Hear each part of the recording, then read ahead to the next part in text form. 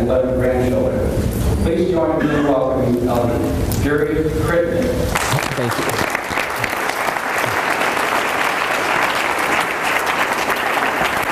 Thank you, Richard. Thank you. Well, it's a wonderful treat to be with you tonight. I now know why you're here, because you're announcing the finalists after I finish. I was wondering why you'd come out on a beautiful night like tonight and be here, but it's very kind of you to come. You know, one of the things that strikes me as I now get to this age in life is when I graduated from BYU back before Iwo Jima, it felt to me like virtually everyone in the world did not know anybody else. That you didn't ever run into people that you knew. That the world was a great big place. People did lots of different things in lots of different places, and there were just so many people that you just never would run into them very often. And I'm struck the older I get. Now it could be because those who are older than me are there are fewer of them than there used to be. Maybe it's because of that. But the world feels like it becomes a smaller and smaller and smaller place, and we have these wonderful experiences where people who are so dear to us in our life come back into our lives in meaningful ways. And we certainly feel that way about Richard and Sean, who we love dearly, and we shared many wonderful times in a word together. And President and Sister Wheelwright were kind of mentors to us. President Wheelwright was actually my professor, believe it or not. How would that be to be intimidating, to have him be your professor? Maybe some of you have been taught by him, but he has an intimidating mind and an even more intimidating memory. And but we had the blessing of tending kids in their home on several occasions when we were trying to make our way through graduate school. That was a great blessing to us in our life. And then, wonder of wonders, we find out that Mark and Laura Willis are here for this week and have provided very generously for the creation of this institution that we have the chance to be a part of tonight. And we actually almost share a wall in the condominium that we live in. So it's an amazing small world, and great to be here with them, and I appreciate you taking the time to be here tonight. So I tried to think about how to make this a useful block of time together. And part of what I do every day in my day job is I have the chance to listen to people who are talking about what a great company they have. And I've had that chance for a long time over the course of my career. When I've been CFO of a public company, you always have the division heads who come in and pitch you on what a great idea they have in their business. And so I have probably sat in 1,000 meetings where I was sitting across the table from a divisional CFO who was telling me why he absolutely needed to have an extra $100,000 in his business this quarter. And if he only had that $100,000, he'd be able to do something absolutely fantastic and great. And now in my day-to-day job in the firm where I work, I have the chance to go around and listen to management teams pitch their business and talk about why their business is great and why we ought to invest behind them and why they're going to make all of us happy down the road. And so from all of that, what I thought I might do tonight is distill a few things that I have learned about creating great businesses, the characteristics that great businesses have, with maybe some application about how that relates to the entrepreneur that is running that great business. But maybe I'll start, before I do that, by talking about some advice that I gave to my own kids. So when I started out my career, the first job that I had after graduate school was for Bain & Company, the consulting firm, and I ended up being there for almost 12 years.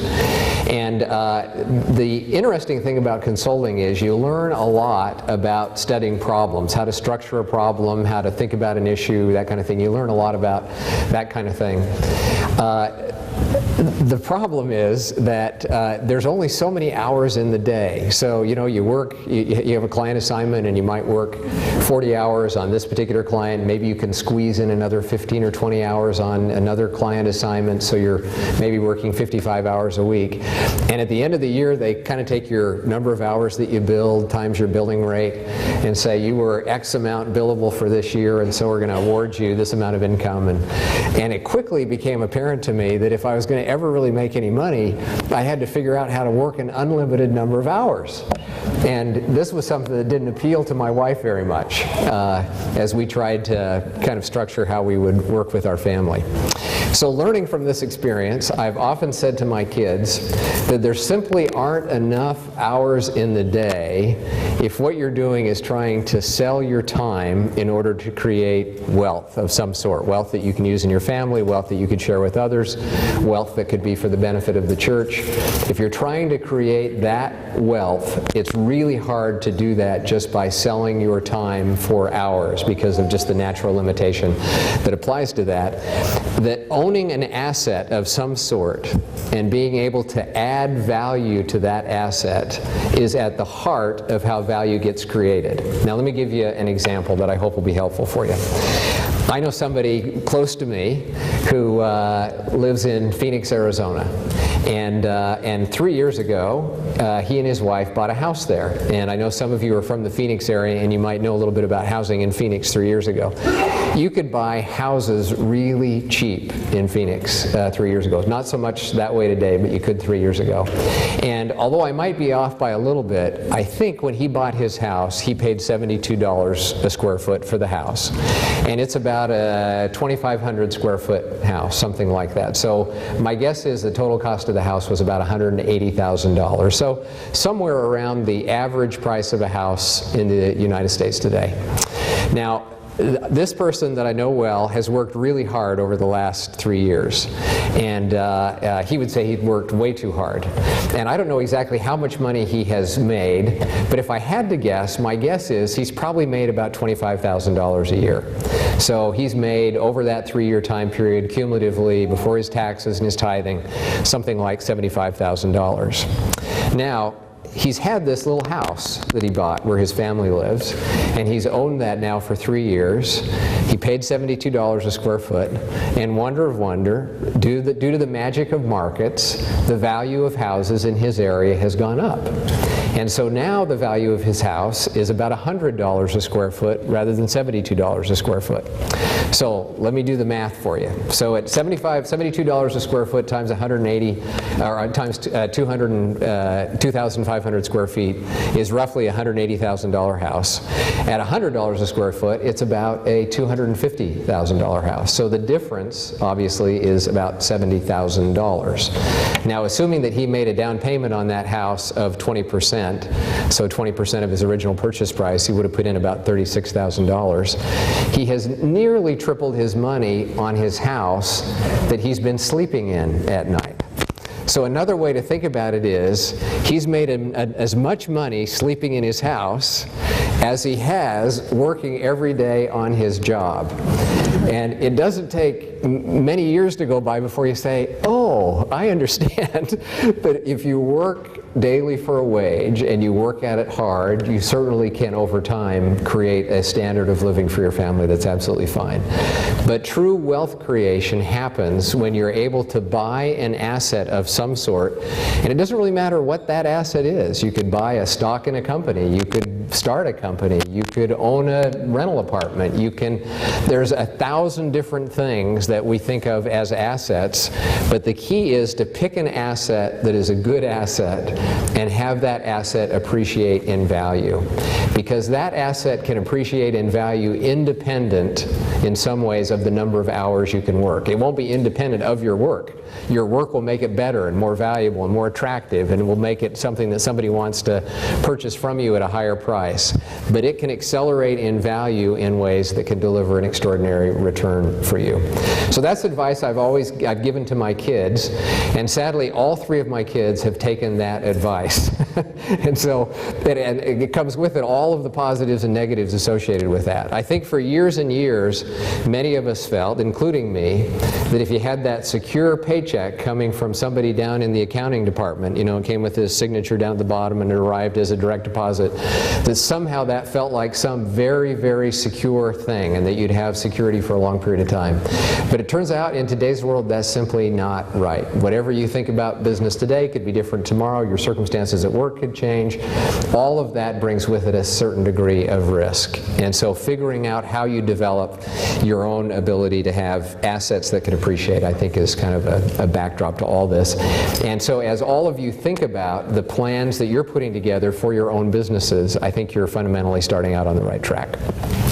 So let me just give you, if I could, just 3 or 4 thoughts that tie into what great businesses are. And let me start with the first one here that it uses a word that I'm not sure is an English word, but it's one that people use all the time, so I'll take the liberty with it.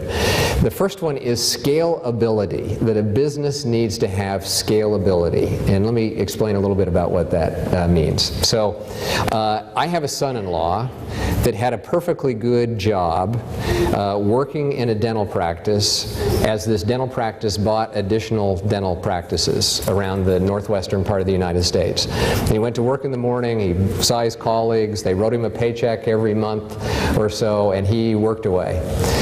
But he realized he had a job, and that he was going to have that job, you know, he's in his mid-30s, he was going to probably have that job for another 25 or 30 years if he continued doing that well, but that would sort of be it. But he realized that he had some insights about how dental practices operated that could be codified and used and sold to other dentists in ways that would actually improve the way a dental practice operated. And so he started to put some of those thoughts down on paper about how that might come together in a software product that he could develop. So he came to see me and he said, here's my idea. I'm going to create this software product, and what I'm going to do is I'm going to take my software and I'm going to go out and I'm going to consult with dentists on making their practice better using my software product. I said, well, you know, Jeff, that sounds terrific. What a great idea. How many dentists do you think you could consult with at once? He said, oh, I don't know, 6, 7? I said, Jeff, how much money do you think each one of those dentists are willing to pay you? I don't know. Maybe they'd pay me $2,000 a year, I said, well, have you done the math of the number of dentists you could serve and the amount they're going to pay you? And is that what you're kind of targeting with your business? And he quickly began to understand the value of being able to have a business that can be scaled. So instead of consulting with dentists, he went through this thought process. He said, if I quit my job, it's going to take me a longer amount of time to develop a software package that dentists can just install on top of their operating system. It's going to take longer for me to do that. So I might be without a paycheck for 9 months or a year if I did that. But if I do that, dentists could install it themselves. And so the total amount that I'd have to spend with them is almost no time at all. And so I could sell it not to 5 or 6 or 10 dentists, I could sell it to 5,000 dentists or 10,000 dentists. And even though the amount I'm going to get for every software edition that I sell is going to be a lot less than it would be if I was there consulting, the fact that I don't have to spend my own time as a key element in building this business means over time I can build a business that can scale. And so the first question that I ask myself when I'm looking at a business, does this business have the ability to scale? That is, can you imagine that this is a business that could be much larger than the business is today, because whatever it is that gets you to that level is something that is not a constraint for you, something that wouldn't hold you back, something that you can do. And so that sense of scalability is one of the first items that I think about when I think about the quality of a business. Second one, consistency of returns, and my wife in particular will appreciate this. So after I had worked at Bain & Company for 12 years, I made the important decision that I would take a job at a company called Filing's Basement. Have any of you ever heard Filing's Basement? I can't imagine I actually did this, but this was a huge risk. So I left Bain & Company, this solid paycheck. I joined this little northeastern-based retailer that it has kind of a wonderful reputation in the Boston area. But it was a pretty small company. It was like $600 million in revenue, and we had 40 stores, and about 1/6 of our revenue was concentrated in one location in downtown Boston. It was a pretty risky thing. But the nature of retail is that it is highly unpredictable in terms of its outcome. So we would go along. We eventually took that company public and fortunately did okay with that. But we would go along through the year, and we'd have a pretty good year going. It'd be September, October, and say our stores' sales would be up by 2 or 3%, and we were figuring that we were doing okay. But then we would realize that, we usually made 40 or 50% of our income between October and the end of the year, during that Christmas. And so that Christmas season was really important. So if we had one Saturday in December that got snowed out, we were toast. We were toast for the entire year because it would wipe out such an important part of our selling season. So one loss of one Saturday, one Sunday over a holiday weekend or during that holiday period could literally take us the wrong direction in total and have a significant impact on how we're doing as a business. And you see that in lots of different kinds of businesses. Construction is another one that has some of those same characteristics. So in a construction business, you build a home, and the idea is you're going to build a home and you're going to turn around and sell that home to somebody else, and when you do that you sell it hopefully for more than it cost you to build it, and you're able to take a margin on the sale of that home. But once you stop building a home, right, once you built your last home, then the income stops. You have to now build another home in order to have income, or you have to build a third home in order to have income, or a fourth home in order to have income. And so there's a treadmill that you have to be on because there's no consistency of cash flow once you stop working. Businesses that get high valuations associated with them are businesses that have high consistency of cash flow. And we have one in our portfolio today that may very well even be a supplier to BYU Hawaii. I don't know. If anybody's here from the library department, maybe they can tell me. So we are the majority owner of a company that provides library software. Now you may all think that there's no need for library software anymore because we all have Google, right? So why in the world would anybody ever need library software for anything? It actually turns out that library software is more important today than it was 15 or 20 years ago because there's a lot of proprietary content out in the world that has to be protected with proper access rights. And what this library software does is it enables people who need to and are legitimately able to access certain information to get that information. And it runs library systems for library software. We're the largest software company that sells that kind of software to university libraries around the country. There's a larger company that sells it to city libraries and county libraries, but we're the biggest on the university side. 92% of our revenues that we will have next year will be from the same people that gave us revenues this year. So in other words, if we did absolutely nothing, and trust me, we won't, but if we did absolutely nothing over the next year except laid in bed, 92% of our revenue would still happen next year. And the reason for that is because these are already installed systems, people are using them all the time, we have reoccurring license fees with those people, or in many cases those libraries actually go online and access our software by engaging on the host systems that we have, and because of that reoccurring revenue stream, we'll have a very high level of revenue that will be repeated next year that wasn't repeated, that occurred this year. And if we didn't do anything for 2 years, then we'd still have about 80% of the revenue that we had 2 years before. You sort of get the picture of what I'm talking about here. And so businesses that have characteristics where reoccurring revenue is a very high part of what makes the business work, so you get reoccurring revenue, tend to get rewarded with very high valuations relative to businesses that don't. So that's the second one, consistency of cash flow. The third one is one that the name of which I heard from Warren Buffett. So I worked for American Express.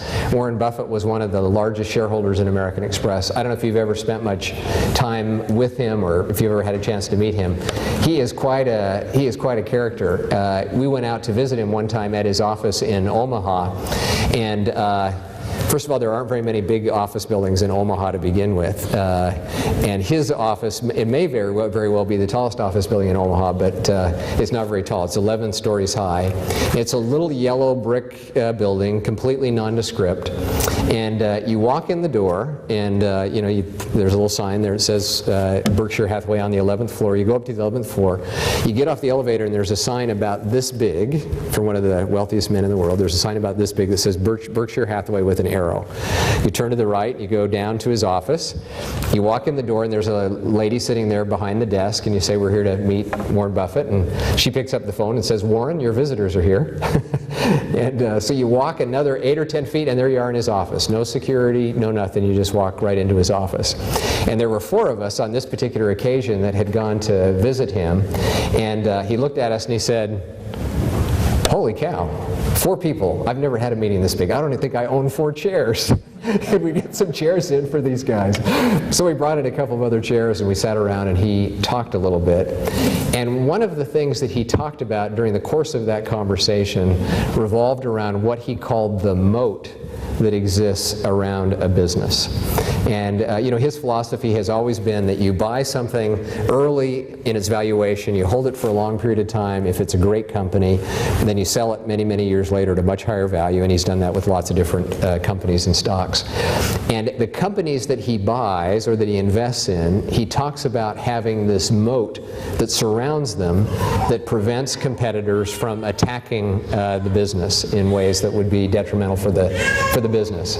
And let me give you an example that might be helpful to you. So Kathy and I were laughing a little bit when we got here a couple of days ago that when I opened up my briefcase, the first thing I took out was my iPhone, which I had in one place, and then I pulled out my iPad, which I had in another place, and then I pulled out my laptop, which I had in a third place. And all of those had these little symbols on the back. They all had that same little symbol on the back. And first of all, Kathy says, well, really, why do you need 3 things like that to carry with you when you're going? Which I think is a valid question. But the more important question for tonight's purposes actually is, I have heard, now some of you who are younger than I am might suggest that these guys are losing some altitude with iPhones. That the new Samsung G4, I think it's called, is a better mousetrap, and everybody wants to get it because it's got a little bit bigger screen, and that they're losing a little bit of altitude. But I can tell you, for old guys like me, the fact that when I pull this out, it has all of the country western songs that I absolutely love loaded in here. And if I pull this one out, it has those same country western songs loaded on here. And if I'm on an airplane working on my laptop, it has those same country western songs loaded there, because somebody somewhere, some really smart person, has figured out how to pull all that stuff up into the cloud, and it's all up there floating around. My pictures, and I have this vision of where are they floating around up there. It's all up there floating around in the cloud, and I can tell you that you will not rip this out of my hands, because it's so easy to use that across these platforms. So I'm hooked. I'm hooked into the system. And there might be something, there might be a better laptop than the laptop I have, I would guess. There might be a better phone than the phone I have. There might be a better tablet than the tablet I have. But the system that they have provides a moat that provides protection because of the way the business model operates. It provides kind of a moat. Warren Buffett invested in American Express for a couple of reasons, but one of the reasons he invested many years ago had to do with the fact that he would often say, there will be an American Express 20 years from now. I don't know exactly what they'll be selling, exactly what they're going to do, but there'll be an American Express, because the strength of a brand name means something in people's mind. When you think of American Express, you think of something very particular in your head. It might mean service to you, it might mean a great vacation you took somewhere, but it means something to you in your mind. And so brands can be a moat, technology can be a moat, specialized relationships can be a moat, or your business system, like in the case of Apple, can be a moat. But moats form a critical part of judging whether or not a business is and can be successful. Now, let me just go to the last business thing that we judge by, and I only describe this with some fear and trepidation because it's a little bit complicated, but it's a very, very important one. And it has to do with something called economic value added. And some of you who have done a lot of work in financial markets or in capital markets will know a little bit about what I'm talking about here. But this has to do with the amount of capital a business consumes relative to the returns that the business is able to generate. And I'm going to use an American Express example that I hope will be helpful here. So most of you who might have an American Express card might have one or two different types of cards. You might have a card that is a charge card, and if you have a charge card, it's like a green charge card or a black charge card or a platinum charge card or a gold, one of those charge cards. And the thing that characterizes that business is you have to pay that balance each month. You have to pay it off each month. American Express also has credit cards, like all other banks do, has credit cards, and if you have a blue card from American Express, that's a credit card. From the perspective of an investor, a charge card is a lot better than a credit card. Now the question you might ask is why? Why would that be? Well, if you have a credit card, people roll over their purchases, right? They have the ability to extend payment on those purchases. That's good because you make interest income on those receivables that are rolled over. But it's bad from the perspective of a company like American Express because they have to put capital behind those receivables. Every dollar that they lend to you, they have to actually take their own equity and put their own equity behind that card. Now they can go out and borrow some money from the public markets to match with that equity, but they have to put equity behind it because they're going to give you a loan and they have to put their own equity behind it. For a charge card, if you pay it off every month, it requires just a tiny little bit of equity. So you're out there spending like crazy on your charge card, using that charge card all the time, but you're paying that off each month. So the capital required to support that card is very small. So they get fee income. Every time you swipe that card, there's about 2.5% that drops into American Express's pocket. They get the same fee income whether you have a credit card or a charge card, but their capital consumption is much higher if it's a charge card, not a credit card. And so because of that, their return on capital in the charge card is very high, and because that return on capital is much higher, that business is very valuable. So American Express typically sells for a much higher multiple, not always, depends on what's happening in the world, but typically sells for a much higher multiple than institutions that have much higher levels of capital that are required. So identifying businesses that can get a high return on capital relative to their cost of capital is a key way that valuations are determined. So if I were thinking about judging business models, let's just say that might happen sometime in the next 24 hours, the questions I would ask myself are, is this business scalable? Can we make it larger easily? Second, does it have the prospect of being consistent? Or once the work stops, does the business stop? Once the work stops, does the business stop? Does it have a moat associated with it in one way or the other? And what does the returns of this business look like relative to the amount of equity that we have to put into it to make it happen? Now, that's a very important part of evaluating whether or not you're going to invest behind a division president or an entrepreneur or evaluating a business plan. There's a second part to making the evaluation about what one does, and that has to do with the manager that is actually proposing the business plan, the entrepreneur that's actually running the business, the division president that's actually running the business, and the characteristics of that individual.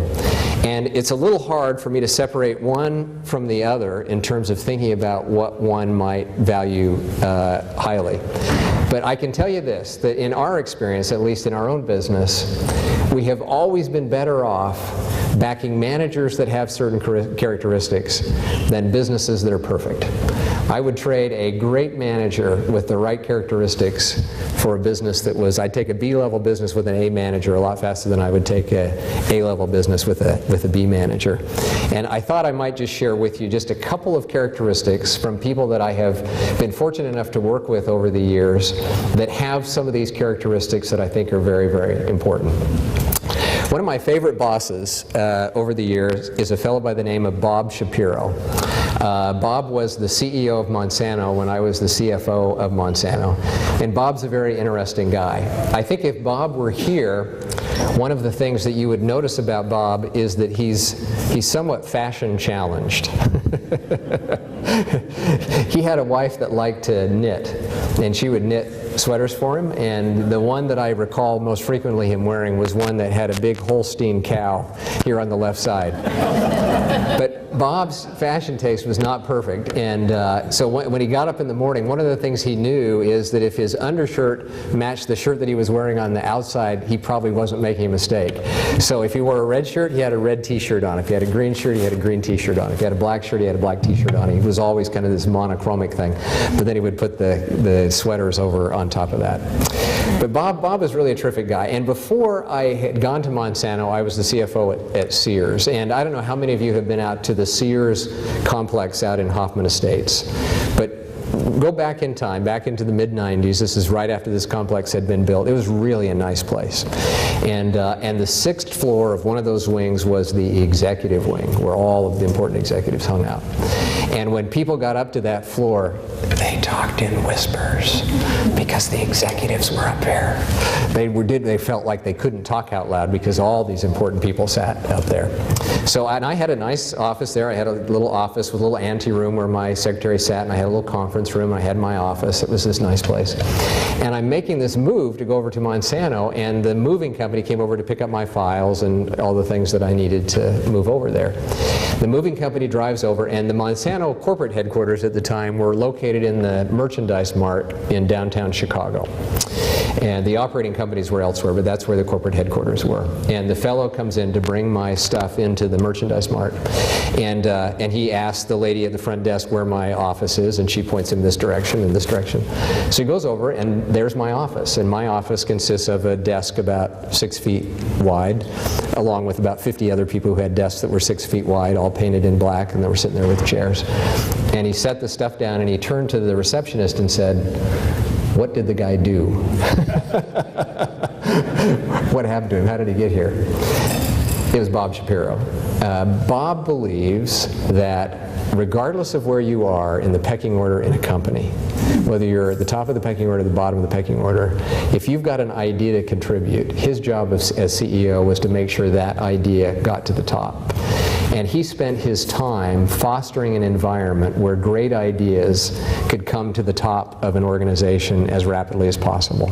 And he had very, very little regard for organizational hierarchy and the implications of that. And it manifested itself in the fact that everybody, including him, sat at the same desk, didn't have a nice office, but sat in the same type of a desk. Monsanto had, as I recall, 3 corporate planes. They had 19 seats each, and they ran milk runs among the various Monsanto locations. It didn't matter who you were, if you were the top guy in the organization or just somebody new. If you got a spot on the plane, you flew. And if you were a top guy in the company and you didn't have a reservation on the company plane and you needed to go to that location, you got in the back of the bus with everybody else and flew along. Because Bob believed in the power of great ideas. Bob just believed in it in his soul that if you could get great ideas to the top of an organization, it would be successful. And he did that in many ways. Many of you may know he's kind of the father of genetically modified seeds, created an entire industry, and is really a brilliant guy in many ways, and runs a great venture capital fund in Chicago nowadays. So that's one from Bob Shapiro. Second one, a characteristic that I have always found to be useful and valuable, came from a fellow by the name of Alan Lacey. Alan had been the CFO at Sears when I was running the hardware division at Sears, and Alan got moved over to run the credit card business, and I got moved in to be CFO. So I'm having my very first meeting with all of my Chicago-based direct reports in a hall somewhat like this, but it's actually bigger, and there are probably, I don't know, 400 or 500 people in that meeting. And so I sort of introduce myself and have a chance to talk to them a little bit. Then somebody over on this side raises their hand. You know, we're doing a question and answer thing. They raise their hand, and she asked the question about her development plan and what she's going to do with her development plan. And I'm thinking to myself, what is a development plan? What does that actually mean? You mean you actually have a development plan? Like, who worked on that with you?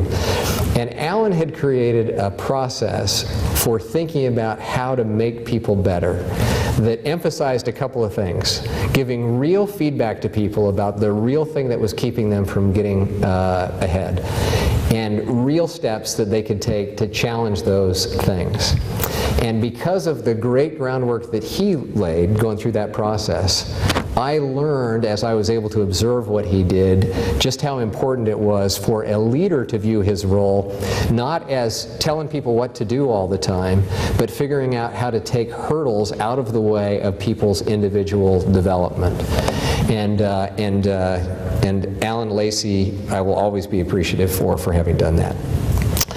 Third one happened right after 9/11. So I was at American Express on 9/11. My office faced the north tower of the north building of the World Trade Center. I was sitting in my conference room the morning that the plane flew into the building, about 100 yards away from our window. The plane, when it hit the building, we could feel the concussion of that explosion coming through onto our side of the building. And in many ways, it was one of the terrible days that I think any of us have ever experienced in our life. That the North Tower eventually collapsed and hit the building that we were in. Fortunately, we had all of our people evacuated by then, but it eventually hit our building. And so we were out of that building for a while. We were out of that building for probably 9 months or something like that, scattered among various places. That event was singularly impactful on American Express because, remember, it stopped everybody from traveling. So American Express is a big travel company, nobody's traveling. People were afraid to spend money because we didn't know the way the world was going, and so charging volume dropped. And importantly, the corporate headquarters had been impacted and everybody was scattered to the winds in different places. And so my job as CFO was to do everything I could to quickly ensure that we had a stable financial base underneath us. So I was working at my home out in Connecticut and working hard to try and make sure that I had looked at every number and challenged every cost and that we thought about everything that we needed to do. And about a week and a half after 9/11, late one evening, I get a phone call from Ken Chenault, then the CEO of American Express. And I'm telling him everything that I'm doing, and I'm worried about this, and we've got to cut this cost, and we've got to do this and that. And he listened respectfully for a couple of minutes, and then he said, "What will we do if things work out better than what we had anticipated?" And my first reaction was, what planet is this guy on? The whole world is falling apart, and he's talking about things working out better. He said, what I think we ought to do is, I know it's important we cut costs, but I think we ought to ask every division president to put together a revenue plan that if things work out better than what we currently anticipate, we'd be able to invest behind. And so, as I said, I thought it was a little loony, but we then started a whole process and geared the whole company up and had everybody line up. And here's if I had money, here's project 1 I would do. And if I had this money, I'd do project 2, and then project 3 and project 4. And we had a list of 5 or 10 projects in each division that we would do. And we went through this rank ordering process of how we might do them.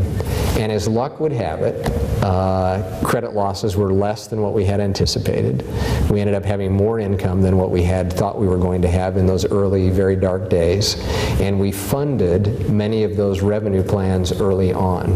And that allowed us to come out of that 9/11 environment with a tremendous trajectory, such that we had 15% growth rate in earnings each year for the next 5 or 6 years, because he had the ability to kind of look around corners.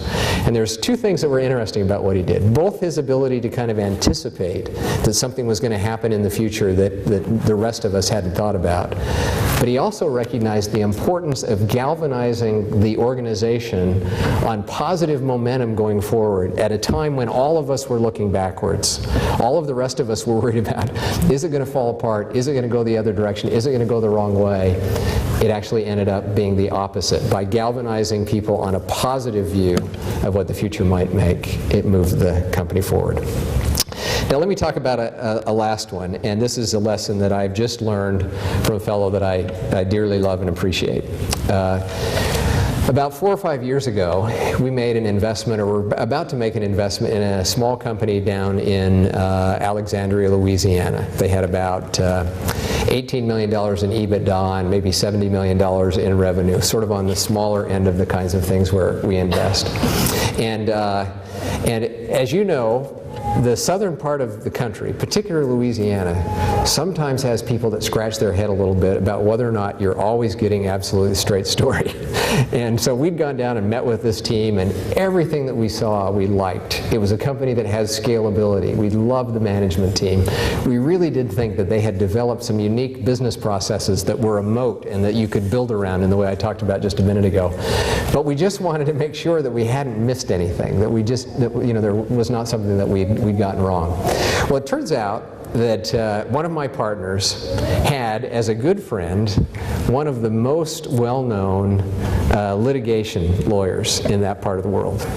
And surprise, surprise, it turns out that when he was younger in his practice, that the wife of the fellow whose business we were buying used to work for him as his assistant. And the guy who was now running the company was a little baby at the time and used to run around his office, so he knew him well. It's just pure coincidence that all this happened. So we got them together for a meeting. This is right before we're about to sign on the dotted line and send them some money for their business. We sat around the table, we had a nice little chat, and here's how it went. Now, I'm not going to do the accents exactly right. Here's how it went, something like this. So the fellow who's selling us the business talked a little bit about the business. It was a friendly conversation. And then the trial lawyer leans across the table and he says this: "Friend, you and I have been friends for a long, long time. Your boy grew up in my office. He sat out right out my office door. And you know I love him. You know I love him." And then he puts his arm around my partner, who he's been business partners with in other venues for many years. And he says, "But I love this man." I love this man. And he said, "If there's anything about this business that you haven't told us yet, it'd be really good for you to tell us right now." And of course there's dead silence in the room. And he leaned across the table and he said, "Everything I have told them is right. This business is exactly as I've described it. They can be comfortable moving ahead." And we did. We moved ahead. And they've been completely and totally good for their word. Everything they said they would do, they did, and they've done it in spades. We sold that business just before Christmas time, and fortunately the second go-round, the family that was selling the business actually did better than they did the first time. And they had been very generous in terms of spreading out the ownership in the company to lots of employees, and there were 21 new millionaires created by that business. And I thought, since, what a great thing he's done. He and I had lunch together in Dallas a week or so ago, and big hug, and celebrated all the good things that's happened. He's now going to retire and basically just focus on various philanthropic things that he's doing. How important it was for him. He didn't know the litigator was going to, none of us knew the litigator was going to reach across the table and say those words to him. But how important it was for him that he could say, "Everything I have said is true. They can count on the words that I said." That ability to be absolutely, totally, and completely honest with your business, even in the face of lots of pressures on the outside, make all the difference in the end as you work towards trying to get a business to a spot that you would like.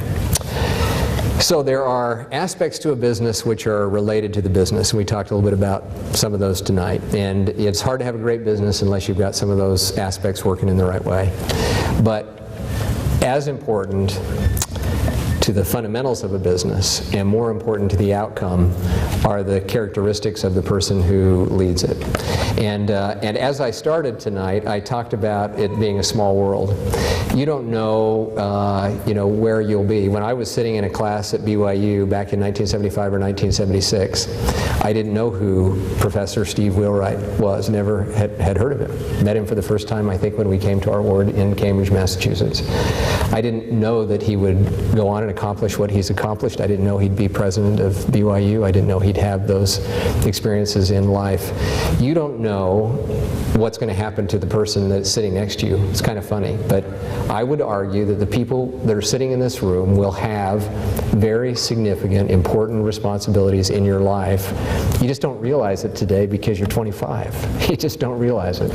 But you'll have these, and so what you do right now, the way you treat the people that you go to school with, whether you're honest in your classes, whether you're straightforward in the way you work, whether you work hard, whether you put your head down, whether you keep the commitments that you have made in the temple, those things count because it's a long life. And you'll find that this group of people that you know gets narrower and narrower and narrower over time. And so the reputation that you establish for yourself will be critical to your long-term success, not only from a gospel perspective, but from a financial perspective, from the perspective of the wealth of the world. It's just great to be here with you tonight. You're in a wonderful, wonderful place with great leadership, doing things that are very important. And I hope all of you will want to own assets. Start your own business. Go someplace great. Go some faraway place where there aren't any members of the church and do all kinds of great things there. Build the kingdom in all those places, because that's where we need you. That's where we need your talent, your ability, your focus. And there's no place better to get that training than there is here. And I leave that with you in the name of Jesus Christ. Amen. Amen.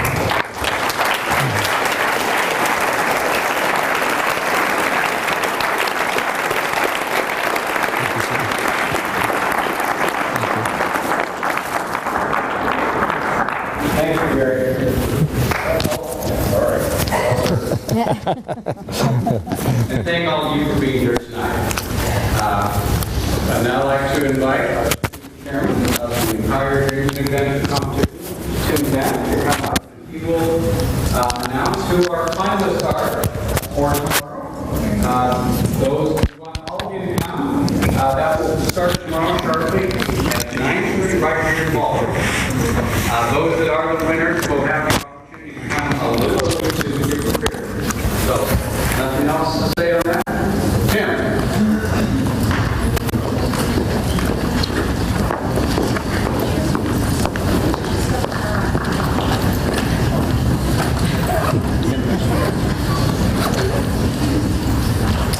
Aloha. Got some exciting news to share. We've had some exceptional people present, and we're excited to see what the judges have come up with. I have the direct to say. In the domestic bracket, in the domestic room, we have pillow base. If you'd like to stand up.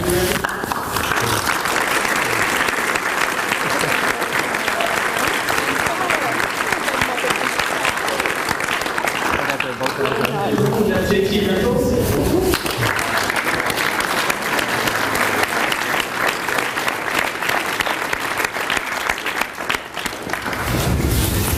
Smart Tour GPS.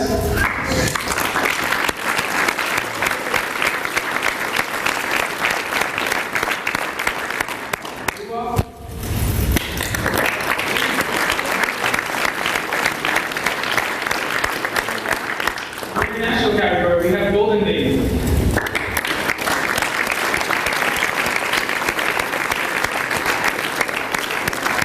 ICT outsourcing.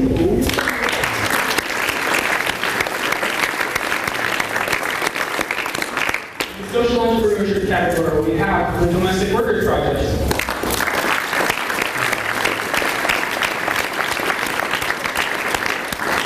Well, Africa.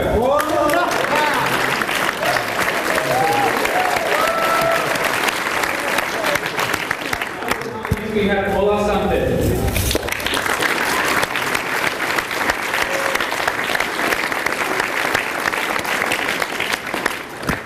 Grateful for your time and your preparation presenting today. We will be here tomorrow at 9:30 to listen to these young businessmen speak. We'd like to invite you all to be here 9:30 tomorrow. So also, but at the same time, that's not the end of our schedule. We have a meeting at 1:15 tomorrow, which will be with the Power Blast speakers. We've compiled the best speakers we possibly can, and they will be here to speak to you tomorrow afternoon at 1:15. At the same time, at 2:55, we have the panelists. We have a panel discussion where we will have the opportunity to ask our panelists questions that you may have. We have a wide variety of panelists to be there to ask any business questions that you may have to the panel. At 4 o'clock, we have the award ceremony where we will be awarding the winners of the categories their checks. We'll have Mark Willis.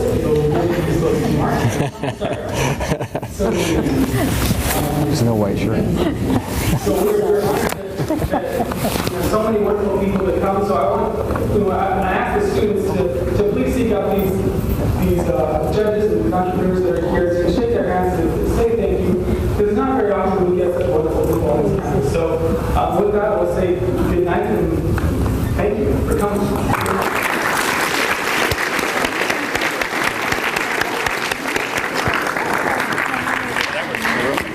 Thank you. Oh, it's good to hear from you. We're glad you're doing well. Thank you. Well, thank you.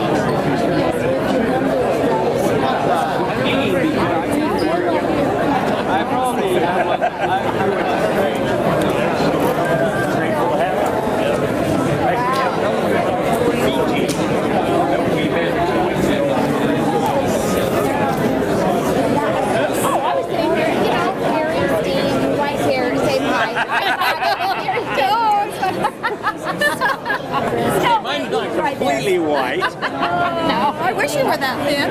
I know. Oh, yeah, he is. He is. No. Harry gets thinner and thinner. Yes.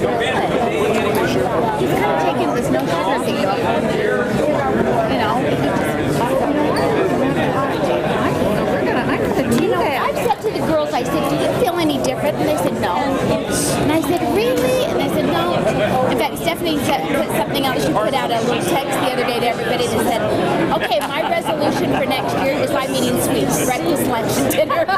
And all of her siblings said, yeah, I'm with you. And I think for me, it helps as far as, because anytime sugar disease, cancer, and chronic illness and things, and I think it makes me a little bit clearer. Does it? Although, if you're eating white flour, that's Yeah. and we have fructose, because I eat a lot of fruit, don't you? Yeah, more salads. Do you eat more vegetables and salad? I try to. That's good. Yeah. I eat a lot of fruit. I know. I'm just eating no cookies and candy. I figure it has to help in some way. Yeah. So, but Myra, you don't need to do that. Oh, I do.